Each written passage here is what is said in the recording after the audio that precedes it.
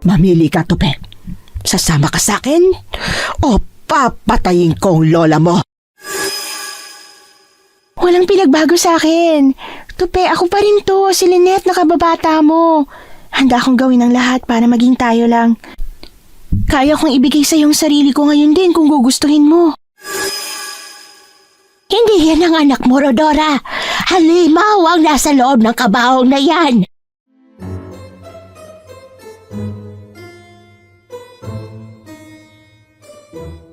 Sa buhay natin, napakahalaga kung kanino natin ipinagkakatiwala ang ating buhay. At doon nga pumapasok ang ating mga tunay na kaibigan. Hindi man natin sila kadugo. Alam mo na hindi ka nila iiwan at handa pang ipaglaban hanggang kamatayan. Ganyan po ang tema ng ating kwento ngayon. Pero bago ang lahat, kung bago ka pa lang dito sa channel, please like, subscribe, and hit the notification bell para updated kayo sa bawat kwentong ilalabas. May bago tayong kwento 2 o 3 beses sa isang linggo. At ngayon, para sa tampok nating kwento.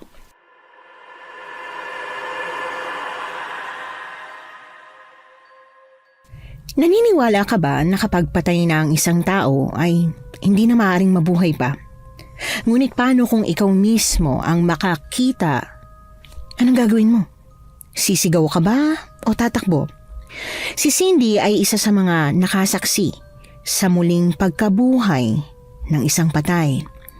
Ang inakala niyang imposible pala ay totoo at kanyang mararanasan. Ito ang kwento ni Cindy at ng kanyang mga kaibigan na sina Yula, Tope at Troy at kung paano nila itong natakasan ang isang nakakapanindig balahibong karanasan. Ang inakala niyang imposible ay totoo pala at kanyang mararanasan. Ito ang kwento ni Cindy at ng kanyang mga kaibigan na sina Yula, Tope at Troy. At kung paano nila natakasan ng isang makapanindig balahibong karanasan nang magpunta sila sa kamag-anak ng isa sa kanyang mga kaibigan. Ay, nako, sigurado ba kayong pupunta tayo sa lamay ng tiyahin mo, Tope? Para kasi nakakatakot. Oo naman Tsaka hindi ako pwedeng mawala ron. Ilang taon ko na rin hindi nakikita ang tiyaninin ko tapos sa burol at libing niya hindi pa rin ako makakapunta. Okay, pero hindi ba nakakatakot dun? Di ba liblib yung lugar ng tiyahin mo? Baka naman maraming aswang dun Bakit? Natatakot ka? Naku, mas matatakot pa sila sa'yo. Nasabi mo? Mas nakakatakot pa ako sa kanila. Hoy, FYI, kakaibang beauty ko nag-iisa lang to, no? Tsaka maraming lalaking nagkakandara pa sa akin, no? Baka sabihin mo, mga unggoy ang nagkakagusto sa'yo. Oo, tama na yan. Mamaya yan, mauwi na naman kayo sa pagtatalo. Lalo ka na, Troy. Ay naku, maganda naman si Yula at walang problema sa kanya, no? Baka mga mata mo lang may problema o di kaya... baka may gusto ka sa kanya. Ew, sa mukhang yan magkakagusto ako? Never, no? Ang sabihin mo kasi bading ka, nagpapanggap ka lang na lalaki. Kaya nga wala kang girlfriend Dahil totoo, ang totoo, isa kang bakla. Ano sabi mo? Hoy, babaitang kurdapya, hindi ako bading, no? Kung kagaya mo lang din, kahit hindi na ako magka-girlfriend. Halata naman sa'yo Tingnan mo, nakatakin pa yung damit mo tapos yung mga kamay mo. Ay my gosh, halata ka na, te. Oops, tama na yan. Tara na dahil malayo ang probinsya. Baka gabihin pa tayo sa daan. Oo nga, tama na yan. Ay, sandali lang friends. Magme-makeup lang ako sandali para naman pagpunta natin doon, fresh na fresh ako. Di tulad ng isa dyan, haggard ang fez. Bakit mo? Akala mo naman pogi. Natatawa na lamang ako sa kalokohan ng mga kaibigan ko, Miss Anne.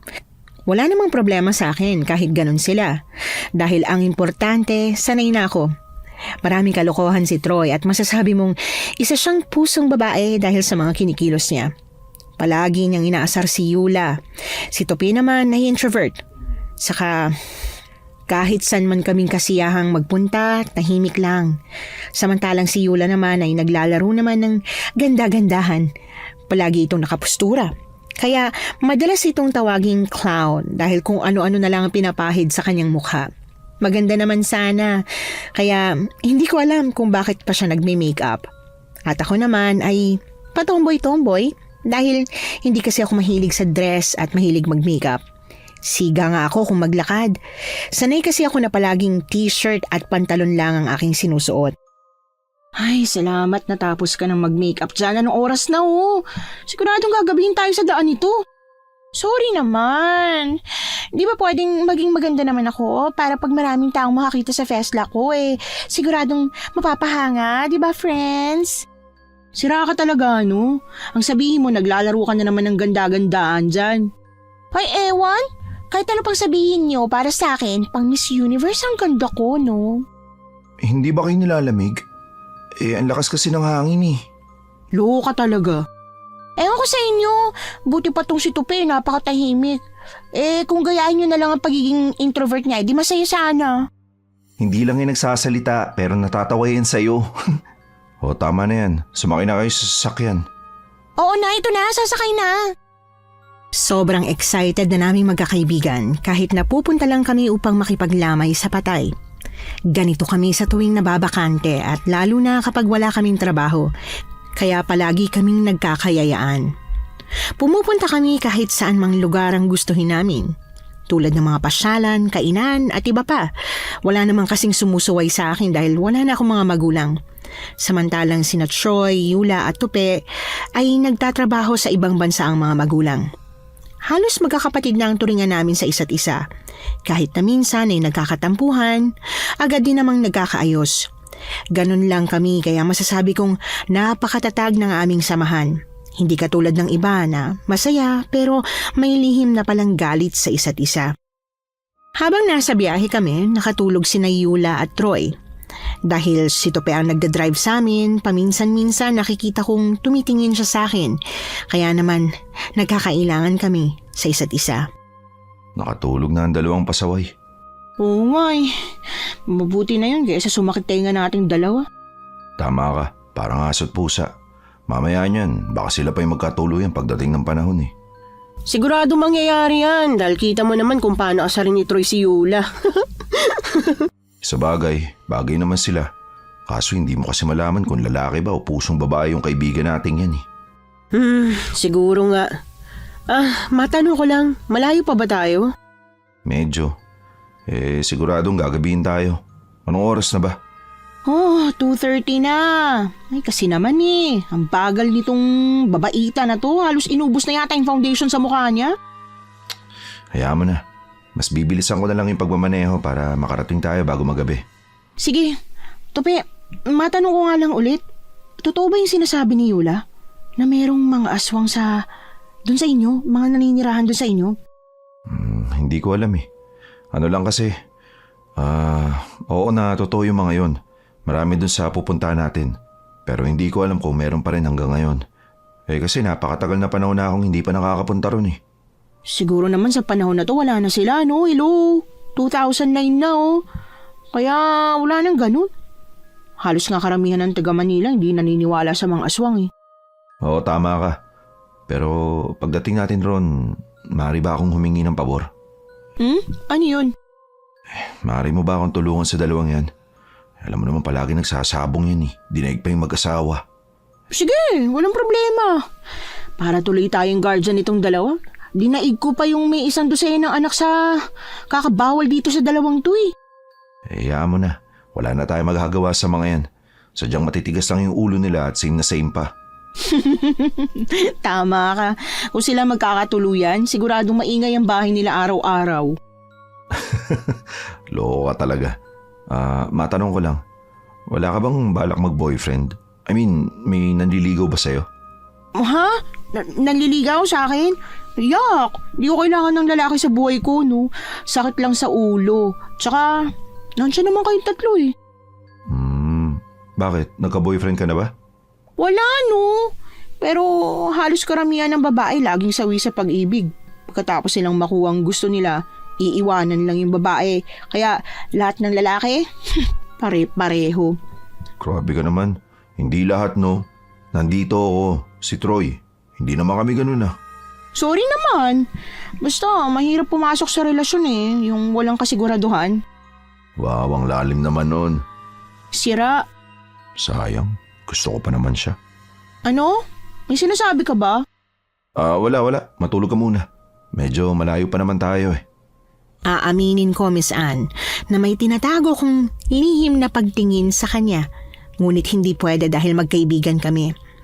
Nagpa siya akong matulog dahil nakaramdam din ako ng antok. At 2 oras lang ang nakalipas ay nagising ako. Ganon din sina Troy at Yula. Malapit na ba tayo? Mukhang liblib na tong daraanan natin Oo, malapit na tayo.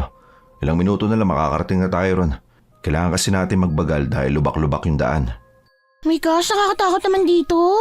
Parang walang naninirahan sa lugar na to Sigurado ka bang ito yung daan papunta sa inyo? Oo naman, hindi ako magkakamali ng daan. Tsaka maliwanag pa naman Grabe. Hindi nga nakakapagtaka kung merong mga naninirahang aswang dito sa inyo. Ang scary kasi ng paligid. Napakadilim. Tsaka, ipadilim pa lang. Huwag kayong mag-alala, malapit na tayo. Kailangan lang natin magdahan-dahan. Medyo maputik at baku-baku kasing daan eh. Mukhang aabutan pa tayo rito ng tagulan, pre Aabutan talaga tayo ng ulan dito. Nakita mo naman, diba? Umuulan na. Tsaka, isa pa, makikipaglibing pa tayo. Nakikialam ka na naman. Garutay ka, hindi kita kinakausap. Ano bang pakialam mo? Gusto ko sumagot hanggat gusto ko, no? Oo, ayan na naman kayo. Magsitigil na nga kayo sa bangayan nyo. Baka naman pati dun sa bahay nila magbabangayin pa kayo Magkaroon naman kayo ng konting konsiderasyon. Natahimik naman sila dahil sa sinabi ko, Miss Anne. Nakita ko si Tope na natatawa at naiiling na lang.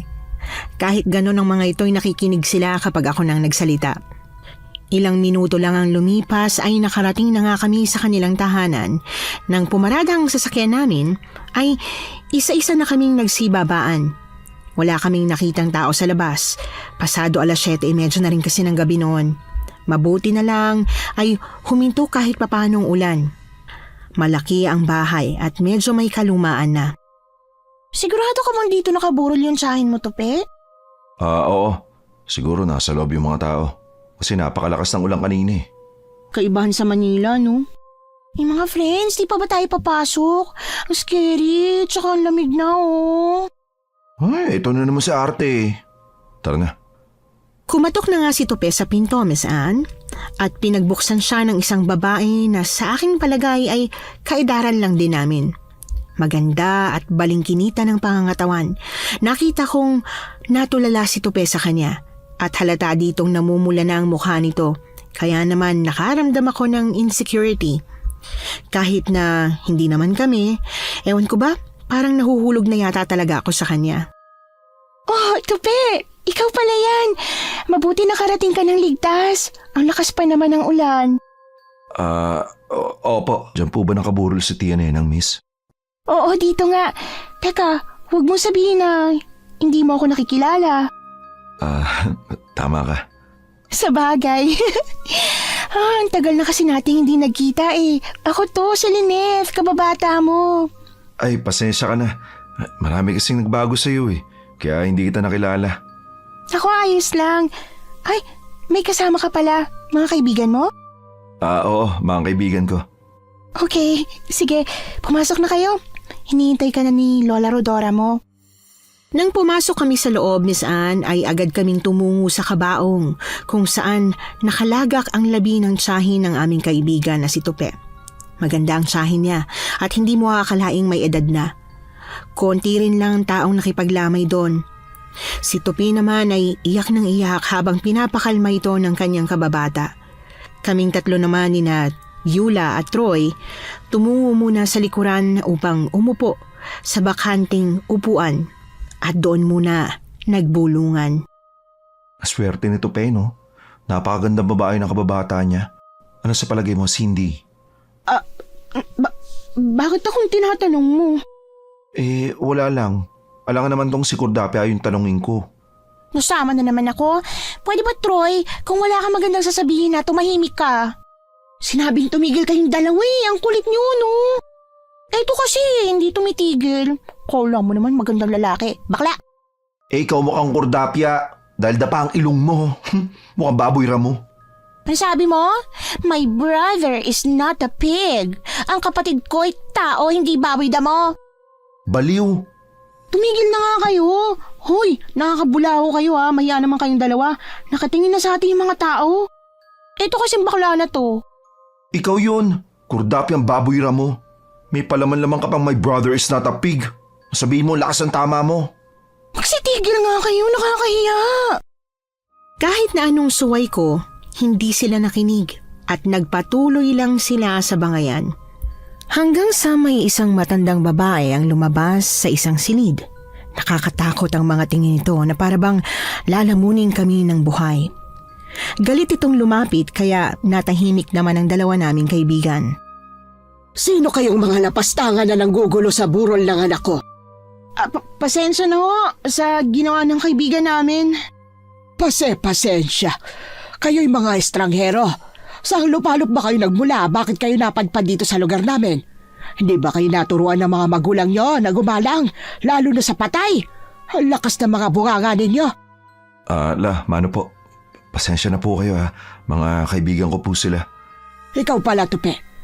Mga kaibigan mo palang mga bastos na ito. Pasensya na po la. Pero mababait naman po sila. Mababait? Saan banda? Mukhang tiga Maynila nga ang mga yan.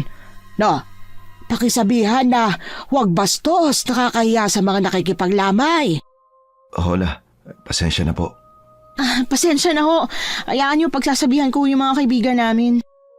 Hiyang-hiya ako sa mga nangyari, Miss Anne.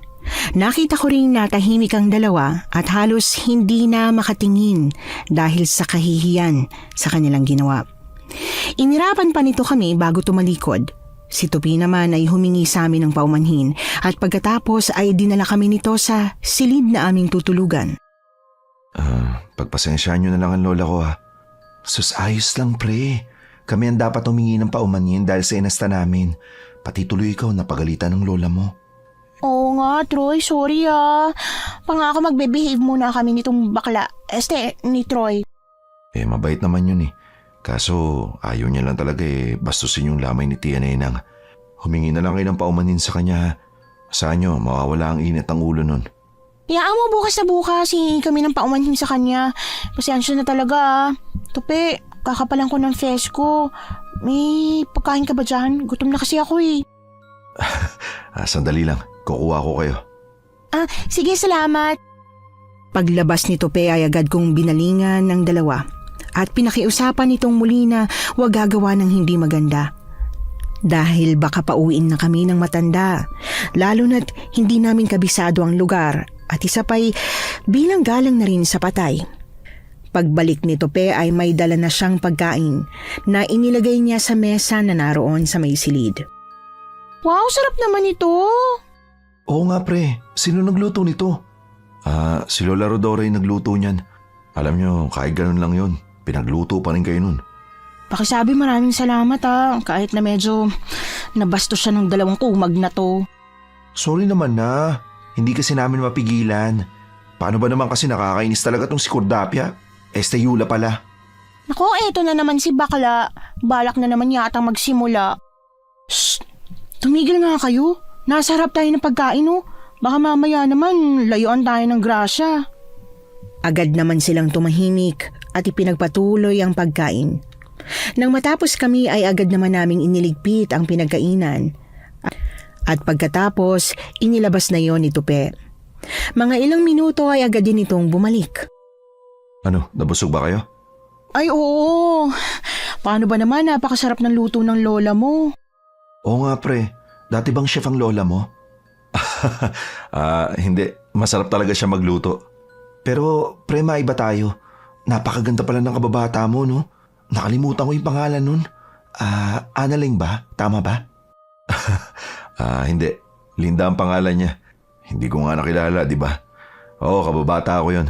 Simula bata pa lang kami, palagi kami magkasama at hindi mapaghiwalay. Kaso lumipat kami sa Maynila, kaya yun, hindi na kami nakita pa. Grabe, akalain mo isang diwata? Hanip ang ganda may boyfriend na kaya yun? Hindi ko rin alam Siguro oo, pero pwede rin wala. Ilang taon na siya, Frenny? Mukhang mabait.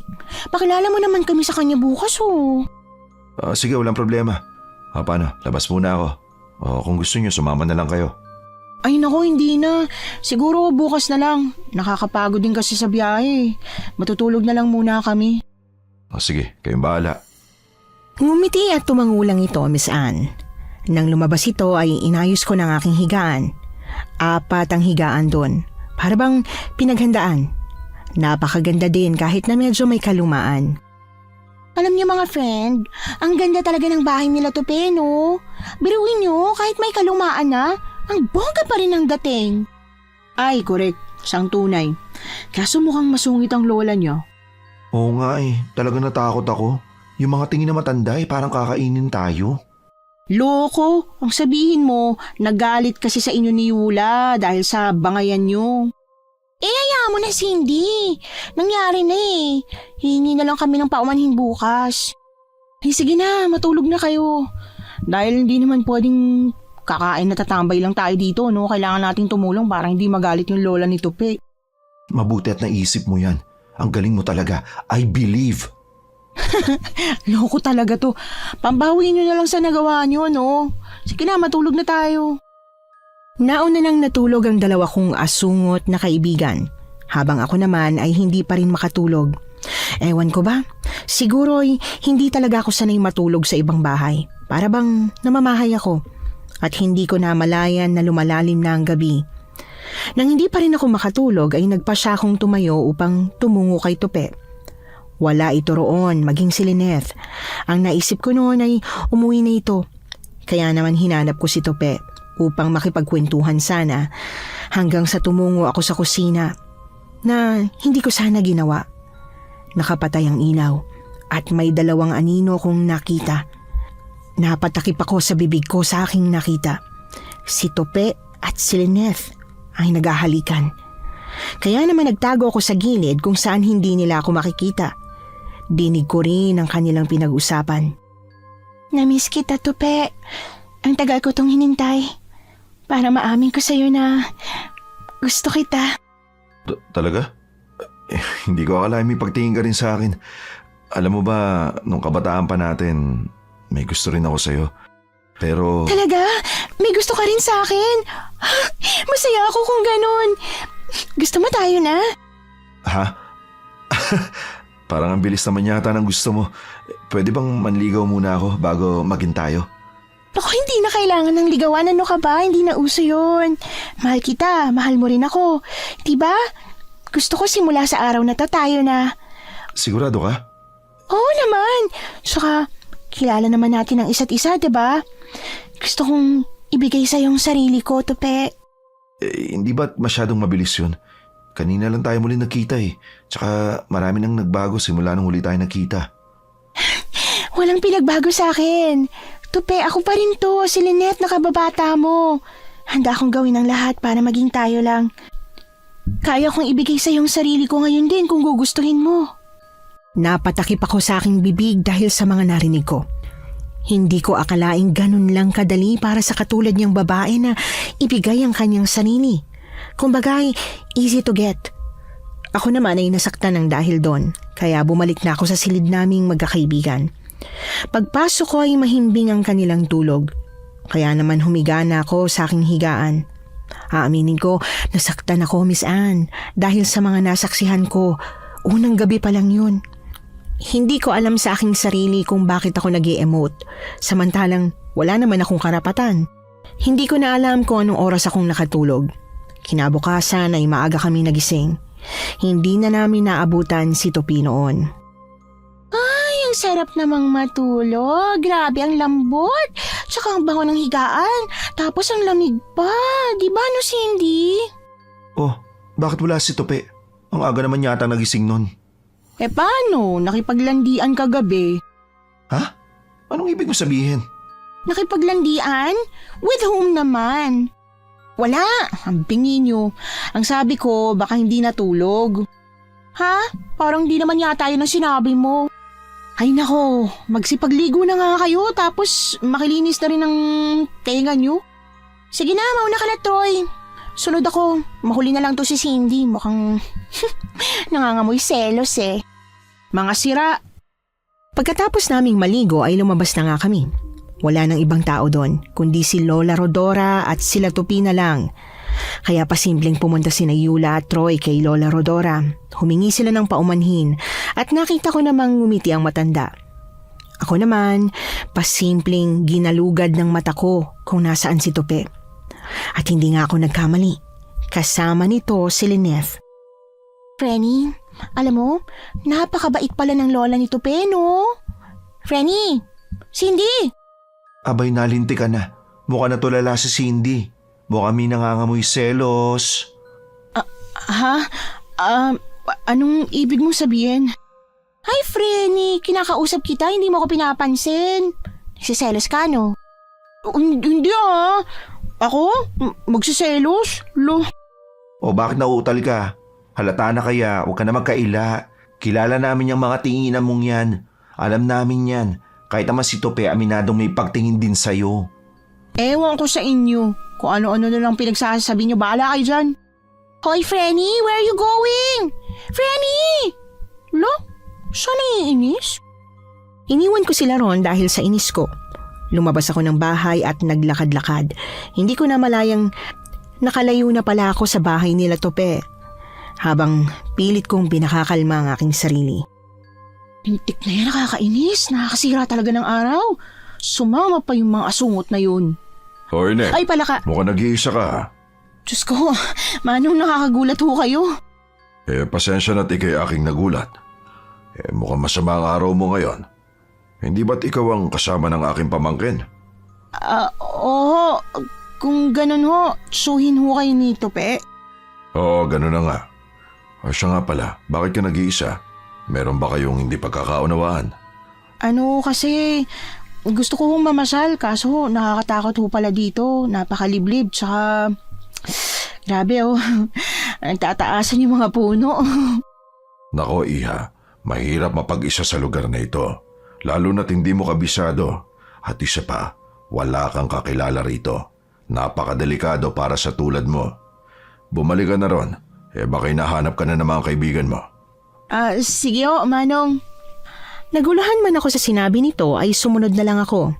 Dahil tama ito na hindi ko kabisado ang kanilang lugar, lalo na't isa akong dayo. Pagbalik ko ay umupo na lang ako sa bakanteng upuan, sa labas mismo ng bahay nila. Ngunit habang nagmumuni-muni ako doon, Miss Anne, ay may isang tao akong nakita. Matandang babae.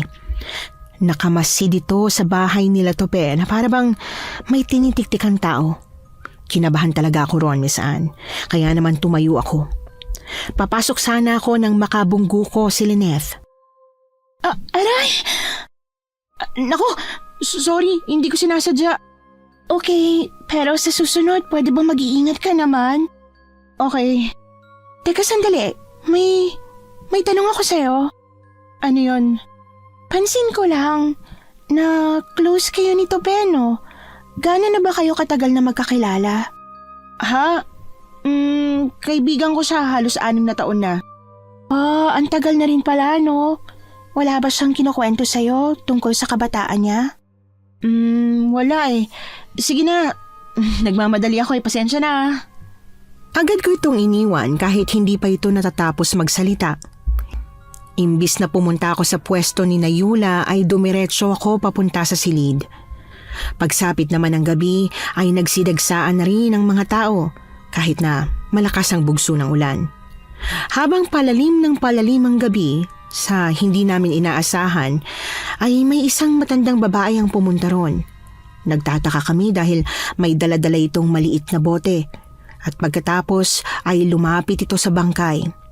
At sa mga sumunod na pangyayari ay halos nagkagulo na. Hayop ka! Balak mo pang sunugin ang mga labi ng anak ko. Hindi yan ang anak mo, Rodora. Halimaw ang nasa loob ng kabahong na yan. Huwag kang gumawa ng kwento, tanda. Nanggugulo ka na nga tapos pagbibintangan mo pa na isa siyang halimaw, baliw ka na nga. Pagsisisihan mo ito, nangangalib ang buhay ng mga tao dito sa baryo. Alis, kundi tatawagin ko si Kapitan Castañeda. Babalik at babalik ako hanggat hindi ko nasusunog ang halimaw na yan. Nakakatakot ang matandang yon. Bulag ang isang mata nito at sobrang itim ng ilalim ng mga mata. Maging ang mga labi at gilagid ay nangingitim din.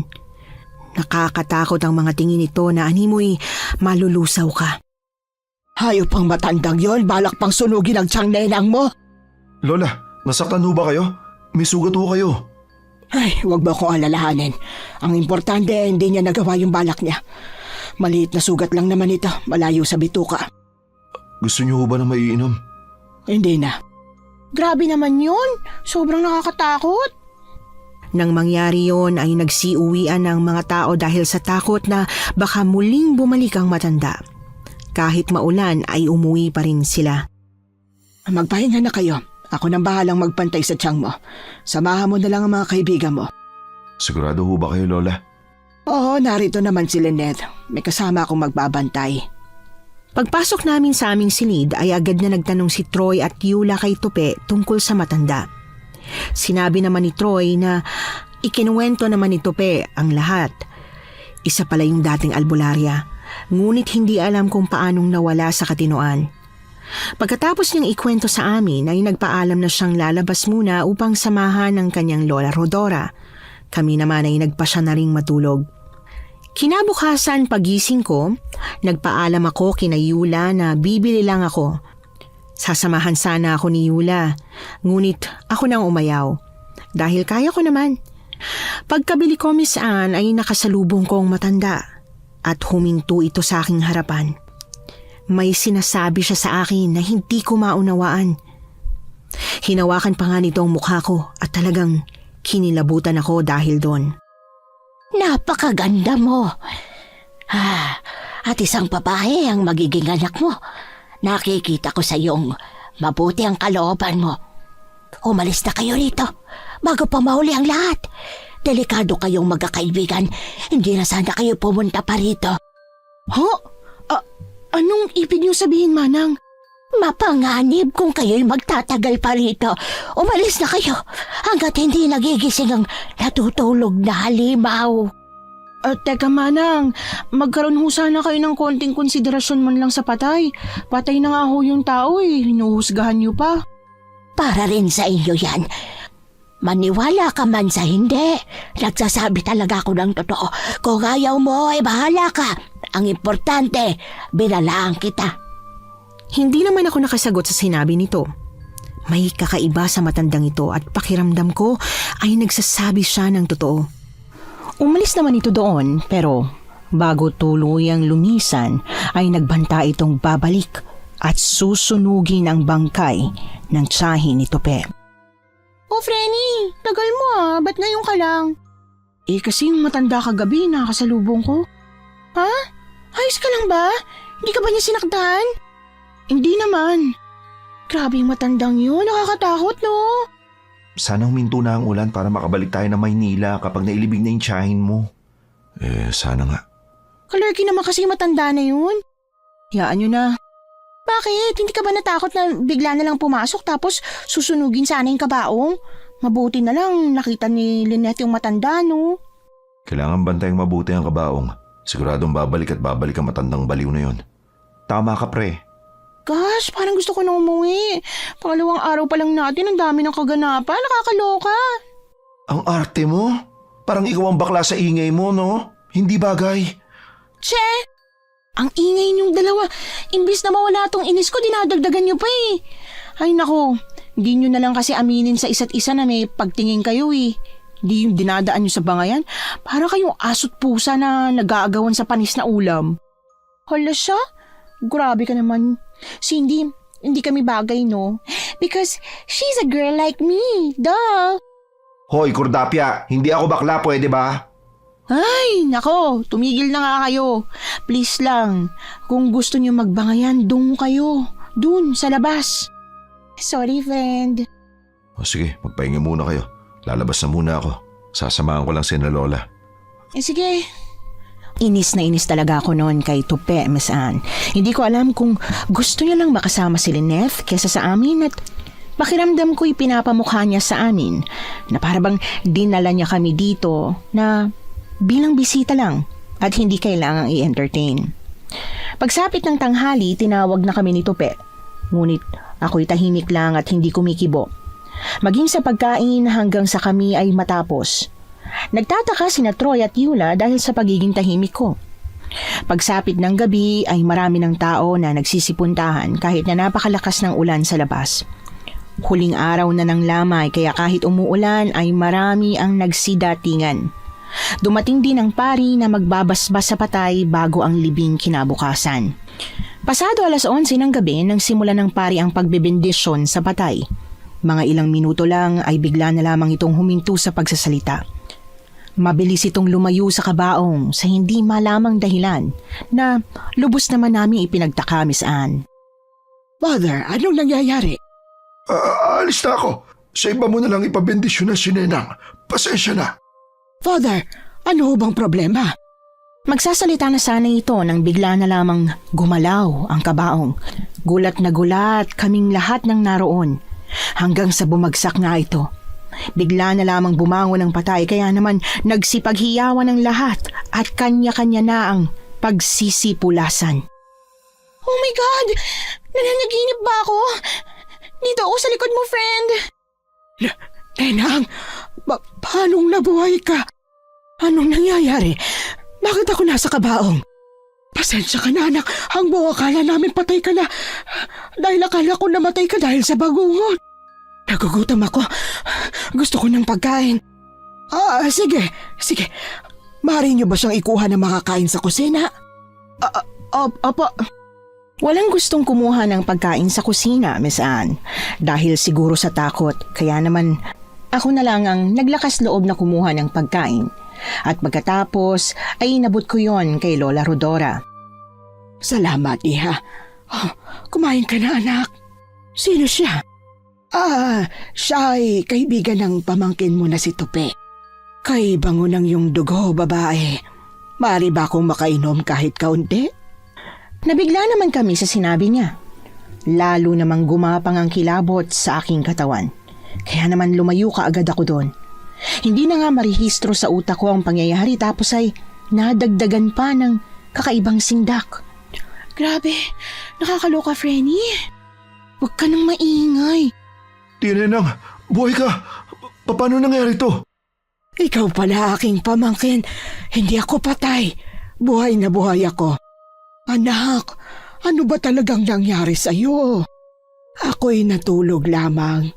Pagising ko ganito na ang nangyayari. Pasensya ka na, anak. Ang buong akala ko'y patay ka na. Kaya ba nasa loob ako ng kabaong? Nakakasama kayo ng loob. Buhay pa ako. Pinapatay niyo na. Pagpasensyahan mo na ako, anak. Magbihis ka na. Tulungan mo ako, Tupe. Itayo natin ang tiyang nenang mo. Oo. Agad namang sumunod si Tupe. Tinulungan niyang tumayo ang kanyang tiyahin, ngunit hindi nakaligtas sa aking paningin ang pagtitig at pag-amoy sa kanya ng kanyang tiyanenang. Hindi ko alam, Miss Anne, kung ako lang ang nakapansin nun. Dahil sa takot ko ay tumakbo ko patungo sa aming tinutuluyang silid. Nakita ko rin si Yula at Troy na nagmamadali ding sumunod sa akin. Iniwan mo naman kami doon, Frenny. Grabe ka naman. Pasensya na. Hindi ko alam gagawin ko eh. Nakakatakot kayo na sa harapan mo mismo na mabubuhay yung patay. Kaya nga, alam niyo ba, nakakapagtaka lang ha. Parang may hindi magandang pakiramdam sa tiyahin ni Tupi. Hindi ko na maipaliwanag pero parang may bad energy ako nasasagap sa kanya. God, parang gusto ko nang umuwi. Hindi ko kaya magtagal dito sa lugar na to na may kasamang patay sa isang bubong. Sige, mauna ka na. May bagyo at masyadong maputik ang daan. Ano sa tingin mo, makakadaan ka? Kasi naman nakakatakot kaya. Huwag niyo sabihin, hintayin natin matapos ang bagyo bago pa tayo umuwi. Wala tayong magagawa. Alam mo, Troy, tama yung sinabi mo eh. Hindi niyo ba napansin kanina yung pagtitig tsaka yung pag-amoy ng tsahin ni Tupi sa kanya? Oo, napansin ko rin. Ako rin. Gosh, sobrang nakakatakot. Basta, mag-ingat na lang tayo sa tiyahin niya. Hindi pa rin marehistro sa isip ko, Miss Anne, ang mga kaganapan. Hindi na nga kami nakatulog ng gabing yon at pagsapit ng umaga ay wala ng ibang tao ang gusto pang pumunta. hindi ko naman sila masisisi. Kahit sino naman ay matatakot kapag nasaksihan mo ang patay na muling nabuhay. Ilang oras ang lumipas ay napansin kong abala ang mga kaibigan ko na masayang nakikipagkwentuhan at tumutulong kay Lynette. Grabe, para kang anghel. Nako, salamat. Ikaw din naman. Naku, Lynette, huwag ka magbibiro ng ganyan. Baka maniwala yan sa'yo. Grabe ka naman sa akin ikaw nga bakla. Oh, pati ba naman sa harap ni Lynette magtatalo kayo? Nakakaawa naman kayo. Teka, hindi ba 4 kayo? Nasaan na yung isa? Teka, ano ba nangyayari kay Cindy? Alam nyo ba? Oo naman, pero hindi namin sasabihin, no? Hayaan nyo na. Baka may dalaw ang kaibigan nyo.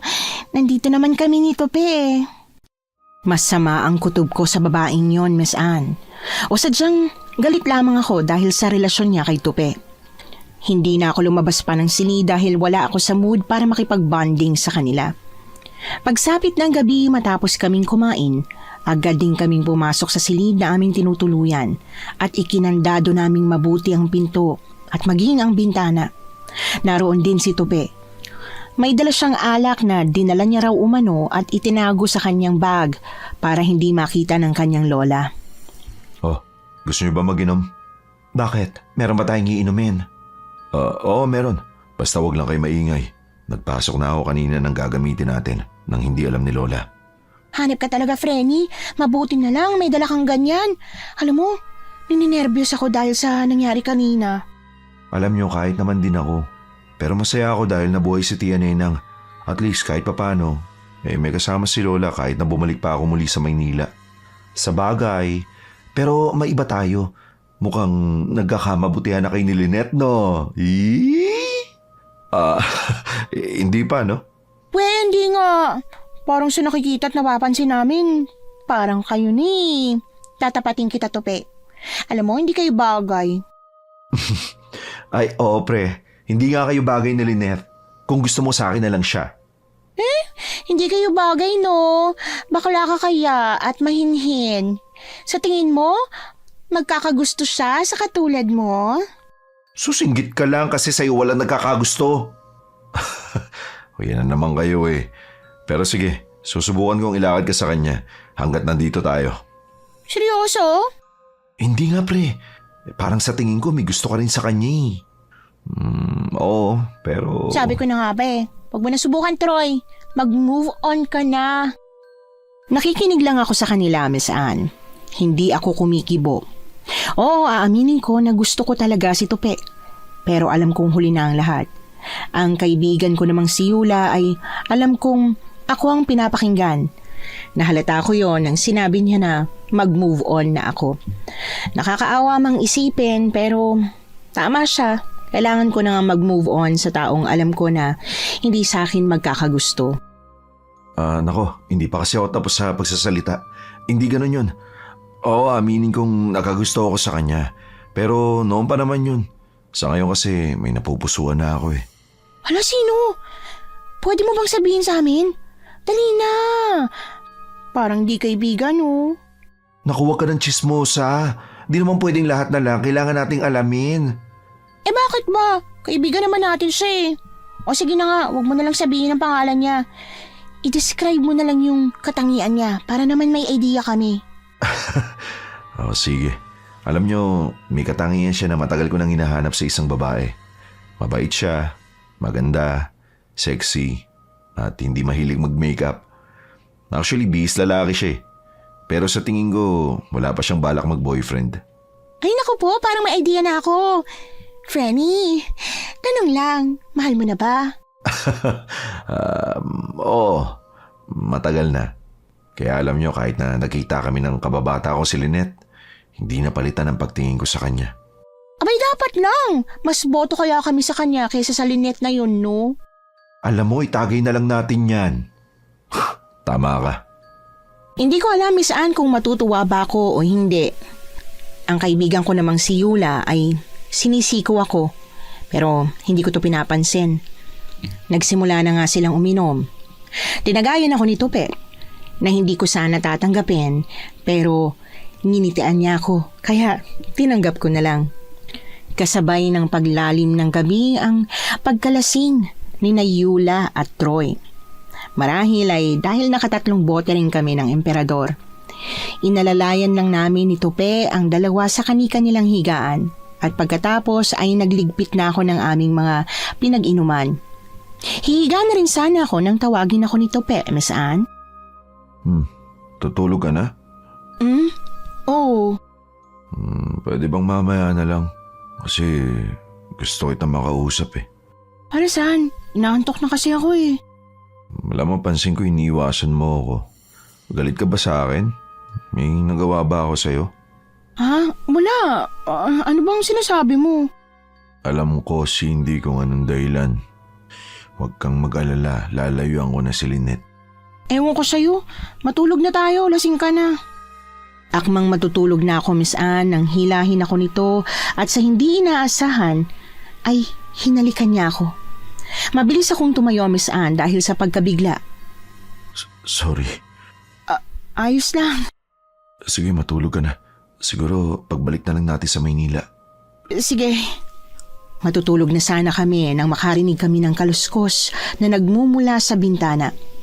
Noong una ay hindi namin pinapansin. Ngunit habang tumatagal ay mas lalong lumalakas ang kaluskos, kaya naman dahan-dahang tumungo si Tupe sa bintana upang silipin sa maliit na siwang kung saan nagmumula ang kaluskos na yon. Pagkasilip ni Tupe ay agad siyang napalayo. O bakit? Anong nakita mo? Shh! Hinaan mo lang ang boses mo. Bakit nga? Ano bang nakita mo? Wala, hayop lang. Sige na, matulog ka na. Huwag mo nang alalahanin pa. Ha? Hindi kita maintindihan. Bakit parang nabigla ka sa nakita mo? Baka hindi ka maniwala eh. Sige, sabihin mo na. Ano nga yun? Aswang. Aswang ang nakita ko. Ano? Aswang? So, totoo nga. Shh! Huwag ka masyadong maingay. Siguradong naririnig niya tayo. Matulog ka na. Ako nang bahala magbantay sa inyo. Ha? Hindi. Hindi ako makakatulog. Natatakot ako baka pasukin tayo ng aswang na sinasabi mo. Dali ka dito sa tabi ko. Naku, wag na no. Baka anong isipin ng dalawang asungot na to. Kahit na nangangatog na ang tuhod ko, Miss Anne, ay hindi ako pumayag na tumabi sa kanya. Pero nang muli kong marinig ang kaluskos at pag-angil ng isang nilalang sa labas, ay bumalikwas ako sa aking higaan at patakbong tumungo kay Tupe. Natatawa ito kahit na sa ganoong sitwasyon kami. Tabi lang tayo Huwag kang malikot, baka mahulog ako dito. Oo naman, no. Huwag kang mag-alala. Wala akong gagawin sa'yo. Sabi mo yan May tiwala ako sa'yo. Kaya huwag mong sirain. Ay, parang ang sakit nun ah. Huwag kang mag-alala, promise ko yan sa'yo. Walang labis, walang kulang. Pagising mo, buong-buo ka pa rin. Ewan ko sa'yo. Siguro naman, hindi makakapasok yung aswang dito, no?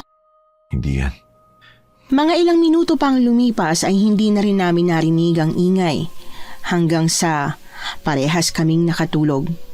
Pagsapit ng umaga, pagmulat ko ng mga mata ay napahiyaw ako nang unang bumungad sa akin ay ang mukha ni Troy at Yula na nakangising pinagmamasdan kami.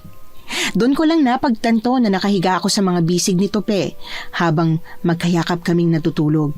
Kaya naman mabilis akong bumangon. Sabi ko na nga ba eh. Hindi mo naman sinabi magtatabi pala kayo nitong si Tupe matulog. Kinikilig ako. May dapat ba kaming malaman sa inyo, ha? Wala, no? Bahala nga kayo dyan. Hoy, Tops. Sabihin mo nga, ano nangyari sa inyo kagabi? Bakit magkatabi kayo? Alam ko na. Kita ko yung ngiti mo sa labi eh, ha? Sira.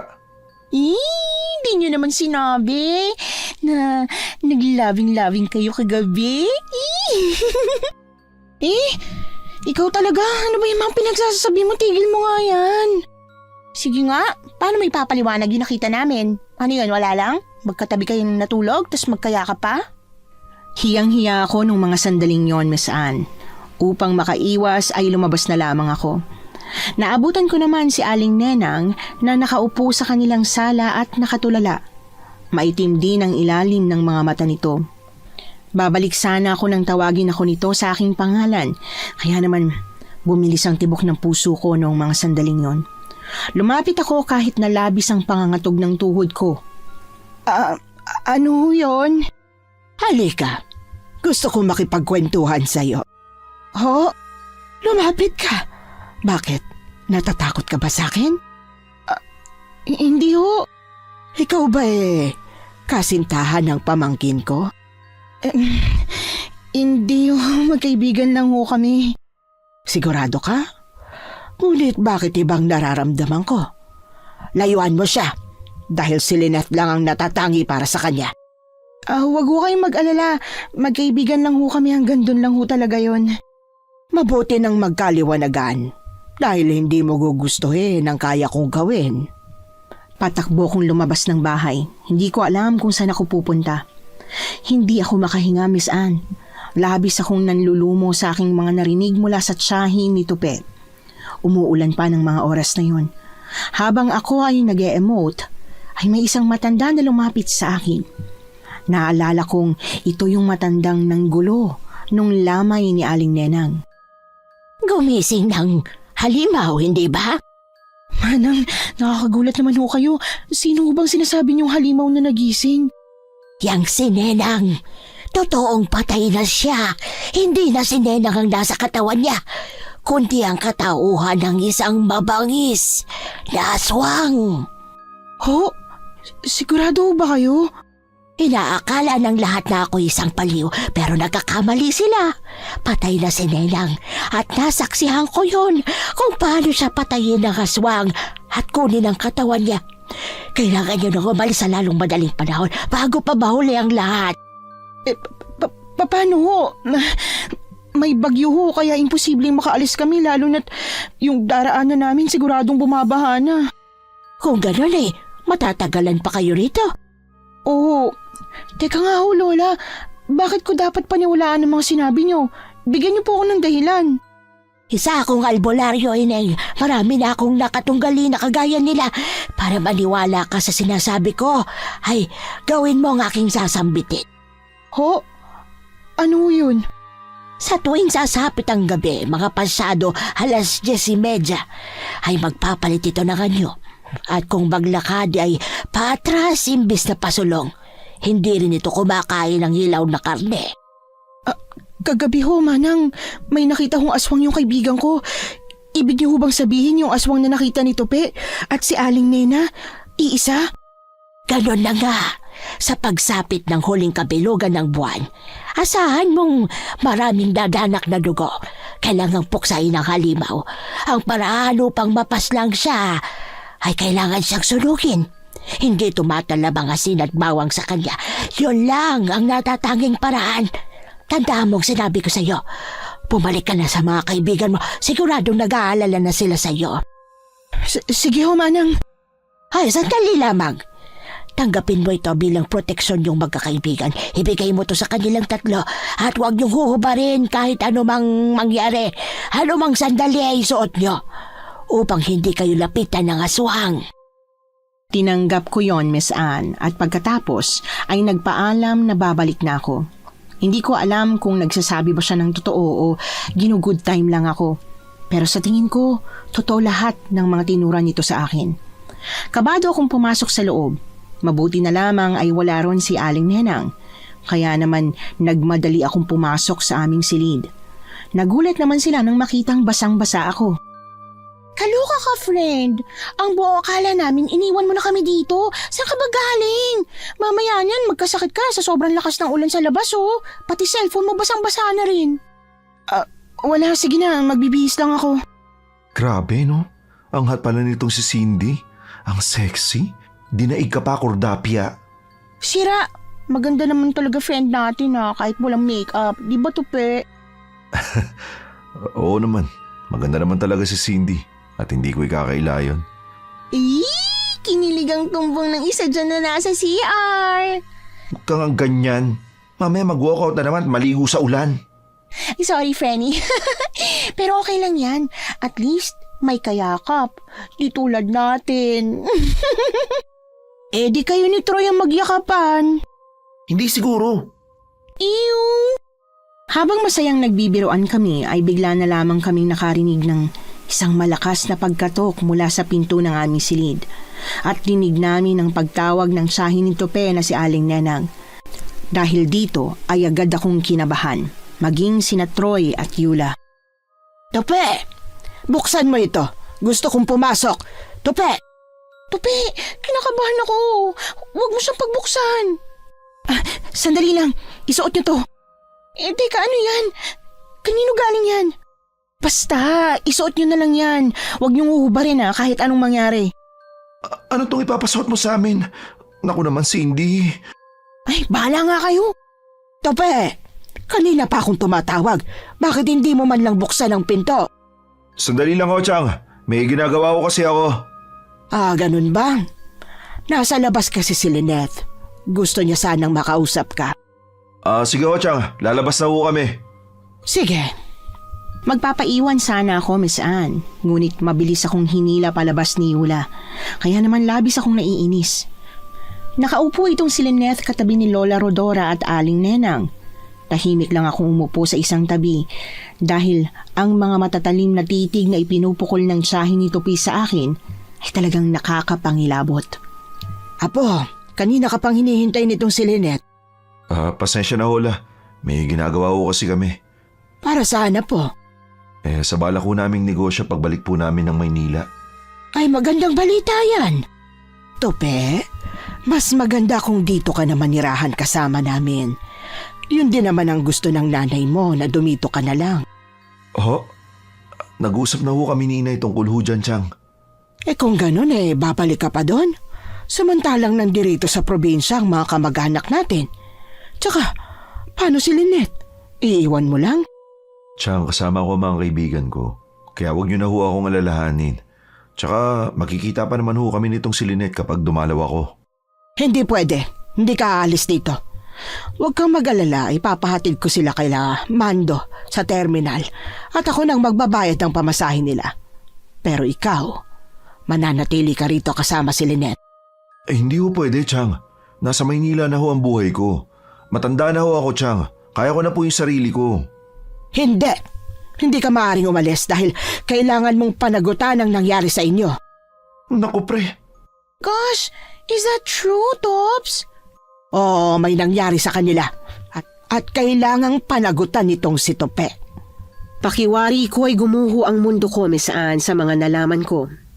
Hindi naman nagtagal ay bumalik na ako sa silid naming tinutuluyan. Sumunod naman sina Yula at Troy. Okay ka lang, Frenny? Okay lang. Bakit? Ano bang hindi ko dapat ika-okay? Yung kay Tupi, tsaka dun sa haliparot na yun. Ano ba kayo? Ayos lang. Tsaka, walang kaso sa akin yun, no? Masaya ako para sa kaibigan natin. Alam mo, bilib din ako sa'yo. Kahit nahalata na, pinapakita mo pa rin okay ka. Simula nga nang mangyari yon, Miss Anne, ay hindi ko nagaanong kinikibo si Tupe. Kasabay noon ang mga nakakilabot na pangyayari. Lumipas ang 1 linggo naming pananatili doon ay may mga insidente pang hindi inaasahan. Dahil sa tuwing sasapit ang umaga, ay may natatagpo ang bangkay na gutay-gutay ang katawan at nawawala na ang mga laman loob. Napapansin din namin ang pagbabago ng itsura ni Aling Nenang. Para bang mas bumata itong tingnan. Aba, mukhang nagmumukhang bata si Aling Nenang Pansin ko nga. Ikaw ba, Cindy? Ano sa tingin mo? Oo, basta sinasabi ko sa inyo mag-ingat kayo sa kanya. Bakit? Dahil ba sa sinabi sa inyo ng matanda? Hindi, dahil alam ko. Ha? May dapat ba kaming malaman? Hindi siya pangkaraniwan. Hindi niyo ba napansin yung pagbata ng mukha niya, yung mga kinikilos niya? 3 araw pa lang ang lumipas mula nung magising siya sa kabaong. Tapos, ang dami nang nag-iba sa kanya. Natatakot na naman ako, Frenny. Hindi pa kasi tayo hatid ni Troy. Maghintay na lang tayo ng ilang araw pa. Titila din ang ulan na yan. Tama si Cindy. Sa tingin ko hindi na sasama sa atin si Tope pagbalik ng Maynila. Nakakalungkot naman kung ganun. Yaan nyo na lang siya. Ang importante makauwi tayo ng ligtas. Kinagabihan, Miss Anne, habang mahimbing ang tulog ng mga kaibigan ko, nakarinig ako ng mga yabag na huminto sa pinto ng aming silid. Dinig kong pinipilit nitong buksan yon. Kaya naman bumangon ako at pasimpleng ginising ang mga kaibigan ko. Troy, gising! May tao sa labas! Ha? Tao? Shh! Huwag ka maingay. Gisingin mo yung dalawa. Mukhang nawalan ng kuryente. Hoy, gising Yula. Tope, gising. Bakit? May tao sa labas na gustong pumasok dito. Baka si Lola lang o si Tia Nenang. Tope! Tope, gising ka ba? Pwede mo bang pagbuksan ang tiyang mo? Chang, bakit po? Pagbuksan mo ko sabi. Wag! Hindi ka ba nakikinig? Tope! Pagbuksan mo ko sinabi. Pasensya na ho, Chang. Matulog na ho kayo. Bakit bang tigas ng ulo mo? Bakit ba ayaw mo akong pagbuksan? Hindi naman po sa ganun, Chang. Kung ayaw mo, mapapahamak ang lola mo. Hindi ito nakikinig, Miss Anne. Halos sirain nito ang pinto. Kaya naman nakaramdam kami ng takot, maging ang boses nito ay nag-iba rin, para itong nasa ilalim ng lupa. Pre, nakakatakot na. Anong gagawin natin? Hindi ko alam. Inaalala ko lang si Lola. Baka puntahan niya eh. Pero hindi tayo pwedeng lumabas ng ganun-ganun lang. Napakadilim pa naman. Ang scary. Huwag na lang tayo lumabas. Hindi pwede. Natigilan kami nang makarinig kami ng sigaw ni Lola Rodora. Humihingi ito ng tulong. Hindi naman nagdalawang isip na lumabas si Tupe kahit na anong pigil namin sa kanya, Miss Anne. Lola! Huwag kang lumapit, Apo. Hindi siya ang tiyanenang mo. Tumahimik ka, tanda. Umalis na kayo, Apo. Hayaan niyo na ako rito. Hindi kayo makakaalis dito. Kapag sinubukan niyong tumakas, ay pagpipira-pirasuhin ko ang katawan ng matandang ito. Makinig ka sa akin, Tupe. Sumama ka sa akin. Huwag kang makinig sa halimaw na ito, Apo. Umalis ka na! Sinabi nang tumigil ka. Kukunin ko si Tope. Kailangan siya ng aming lahi. Kailangan nilang makasal ni Lynette upang matupad ang propesya. Teka, hindi kita maintindihan. Chang, ano ba nangyayari sa'yo? Umalis na tayo, Tupe. Nakita mo naman na hindi siya ang tiyanenang mo, di ba? Tops, tara na! Tops, makinig ka naman. Mamili ka, Tope. Sasama ka sa akin o papatayin ko ang lola mo. Huwag po, matanda na ako. Hayaan niyo na ako. Ayaw mo talaga, ha? Nagulat kami, Miss Anne, nang unti-unting humaba ang mga kuko ni Aling Nenang. Naging pulang-pula rin ang mga mata niya at ang dating maganda niyang balat ay napalitan ng mabalahibo at naaagnas na kutis. Tumutulo rin ang laway nito at nagsimula ng lumabas ang mga pangil. Ang matutulis nitong kuko ay binaon niya sa tiyan ni Lola Rodora. Napaiyak na lang ito sa sobrang sakit. Huwag! Pakiusap! Huwag mo siya saktan! Kung gano'n ay sumama ka sa akin. Wag! Tupe, wag mo gawin! Naiinip na ako, Tupe. Alam kong mahal mo ang lola mo. O sige, pupayag na ako. Ibigay mo muna sa akin si Lola. Hayaan mo silang makaalis. Madali naman akong kausap. Inihagis nito si Lola Rodora sa kinatatayuan namin. Hinang-hina na ito dahil umaagos ang dugo mula sa natamo nitong sugat. Inalalayan namin ito upang makatayo at lalabas na sana kami nang makita namin ang isang nilalang na papasok ng bahay. Nakabistida itong puti, ngunit ang wangis nito ay hindi kaaya-aya. Sa tingin niyo ba makakatakas pa kayo rito? Ang pangit! Anong gagawin natin? Huwag mo sirain ang napagkasunduan natin. Ang mortal na kagaya mo ay inutil. Madaling malinlang. Hayop ka! Niloko mo kami! Patawad, mahal ko. Pagkain na rin namin ang mga yan. Kung ganun isa ka ring aswang, buong akala ko napakabuti mo. Nagkamali ako. Isa ka palang halimaw. Hindi na namin alam kung anong gagawin namin sa mga oras na yon, Miss Anne, dahil hindi kami makakalabas ng pinto sapagkat naroon ng isa pang aswang. Tupe, pagbilang ko ng 3, papasok tayo dito sa kwarto. Bilisan niyo kilos ang bagal ng 2. Sige. 1, Grabe, para tayo nagpapatintero nito 2, 3. Madali na, bilisan niyo. Mabilis kaming pumasok sa kwarto at nilakyon ng mabuti ni Tope. Dinig namin ang dalawang nilalang na umaangil at tila galit na galit. Halos sirain nila ang pinto kaya pinagtulungan naming iharang ang mga kagamitan. Kailangan natin makaalis sa bahay na to. Kasi naman Lord, gusto ko pa pong mabuhay. Gusto ko pa pong mag-asawa, please. Ay, nasa ganitong sitwasyon na nga, inuuna pang hilingin yung pag-aasawa. Tupe, kung hindi tayo makakalabas, kailangan natin lumaban. Paano? Wala tayong sandata. Tsaka, sigurado ba tayong makakaya nating labanan ng mga aswang na yun? Kailangan natin sumugal. Hindi tayo makakaalis kung hindi tayo lalaban. Papatayin at papatayin nila tayo, sigurado yun. Tama ka. Kailangan lang nating maghanap ng bagay na maaaring nating ipanglaban. Naalala ko na, sinabi nung matanda kung paano natin mapapatay ang mga aswang na yun. Paano? Susunugin natin sila. Paano natin gagawin yun? Nasa labas ang diesel.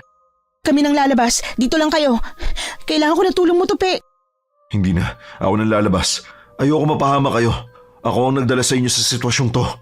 Hindi, magkaibigan tayo, Tupe. Hindi ako papayag na may mangyari sa'yo. Nakahanda ako kung ano man ang pwede mangyari. Sige. Basta huwag kang lalayo sa tabi ko. At tumahimik ka lang. Siguradong nandyan lang sila. Naghihintay paglabas natin. Bago kami lumabas ay kinuha ni Tope ang bakal na maaari naming panangga. Kabado naming binuksan ang pinto. Madilim ang paligid, tanging liwanag lamang ay ang kidlat. Ramdam naming nariyan lang sila, nakamasid.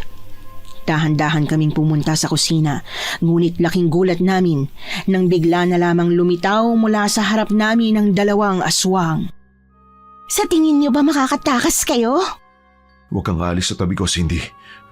Anong gagawin natin, Tupe? Maganda ka. Sa isang iglap ay sinunggaban kami ng dalawang aswang. Nasa ibabaw ko na ang isa at gusto na akong lapain, ngunit mariin kong sinangga ang bakal. Nakipagbuno kami sa mga ito hanggang sa makakuha kami ng tiyempo na makatakbo. Marami na rin sugat akong natamo, ganoon din si Tope. Bago kami lumabas ng kusina ay kinapakapa muna namin ng itak. Nakuha naman yon ni Tope. Kaya naman pinaghandaan nito ang isang aswang na nakaamba na sa aming sumunggab. Mabilis niya itong inundayan ng taga, kaya naman naputulan ito ng ulo. Napaangil ng ubod lakas si Lynette dahil sa nangyari sa kanyang tiyahin. Hindi naman namin napaghandaan ang pagsugod nito dahil sa bilis at liksi. Bigla na lamang tumilapon sa pader si Tope. Kaya naman sinunggaban ako nito. Hirap na ako dahil sa lakas nito marami na akong kalmot na natamo, Miss Anne. Ang akala ko'y katapusan ko na. Ngunit sa hindi inaasahan ay bigla na lamang naputol ang ulo nito at sumirit ang berdeng dugo nito. Mabilis akong bumangon at yumakap kay Tope. Shh! Ligtas ka na. Tapos na. Akala ko katapusan ko na. Hindi mangyayari yun. Halika na. Puntaan na natin sila Lola. Inalalaya naman ako nitong maglakad kahit na hinang-hina na kami pareho. Tinawag namin sina Yula at agad naman kami nitong pinagbuksan. Labis siyang lumuha nang makita ang aming kalagayan. Niyakap ako ng kaibigan ko. Ano nangyari? Nasaan na sila? Wala na sila. Si Lola, kumusta? Kailangan na nating dalhin si Lola sa ospital. Isang linggo makalipas ang nangyari. Magaling na si Lola Rodora, kaya naman nakalabas na ito ng ospital. Napag-alaman ng lahat ang mga nangyari at nagulat din sila na ang mga aswang na umaatake pala sa kanilang bayan ay sina Lynette at ang tiyahin nito na nagbalat kayo bilang si Aling Nenang. Dahil handa na rin naman kaming kalimutan ng mga malagim na kaganapan, ay umuwi na kami. Sumama naman si Tope sa amin pabalik sa Manila. At hindi naman nagtagal matapos kaming makauwi, ay sinabi nito ang matagal na niyang gustong ipagtapat sa akin. Sa kabila ng lahat ng nangyari, Cindy, nais ko lang sabihin na gusto kita. Talaga? Niloloko mo naman ako eh. Hindi, no? Tsaka huwag ka nang umiyak. Tsaka alam mo ba, ikaw ang gusto kong makasama habang buhay. Mahal kita. Mahal na mahal kita, Cindy. Mahal din kita. Nung araw na umamin sa akin si Tupe, Miss Anne, ay agad ko rin naman siyang sinagot. Lumipas ang ilang mga taon at nagpakasal na kami. At si Yula at Tupi naman ay nagkatuluyan din. Ngayon ay magkakaibigan pa rin kami at mas lalong napatibay yon ng karanasan namin na nangyari sa probinsya. Ngayon ay masaya naming ipinagpapatuloy ang aming buhay. Nagustuhan niyo po ba ang ating kwento ngayong araw? Kung oo ang sagot at hindi mo pa nagagawa, aba, subscribe na. Click the notification bell ha, para updated ka sa tuwing maglalabas kami ng bagong kwento. Click like at mag-iwan na rin ng comment. Masayang-masaya ako tuwing nagbabasa ng messages mula sa inyo. At kung may sarili kayong karanasan na gusto nyong ibahagi sa amin, email lang sa missanhorrorstories@gmail.com. Dire-diretso lang, missanhorrorstories@gmail.com. Malay nyo, sa susunod, yung kwento na ninyo ang binabasa namin para sa ating mga tagapakinig. Hanggang dito na lang muna at maraming salamat sa inyong panonood.